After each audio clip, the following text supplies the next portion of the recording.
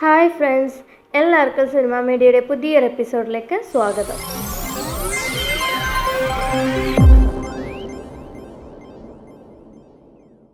നിങ്ങൾക്ക് animation movies കാണാൻ ഇഷ്ടമാണോ? നമ്മുടെ ഡിസ്നി ചാനൽ റിലീസ് ചെയ്ത കുറേയേറെ നല്ല ആനിമേഷൻ മൂവീസ് ഉണ്ട്.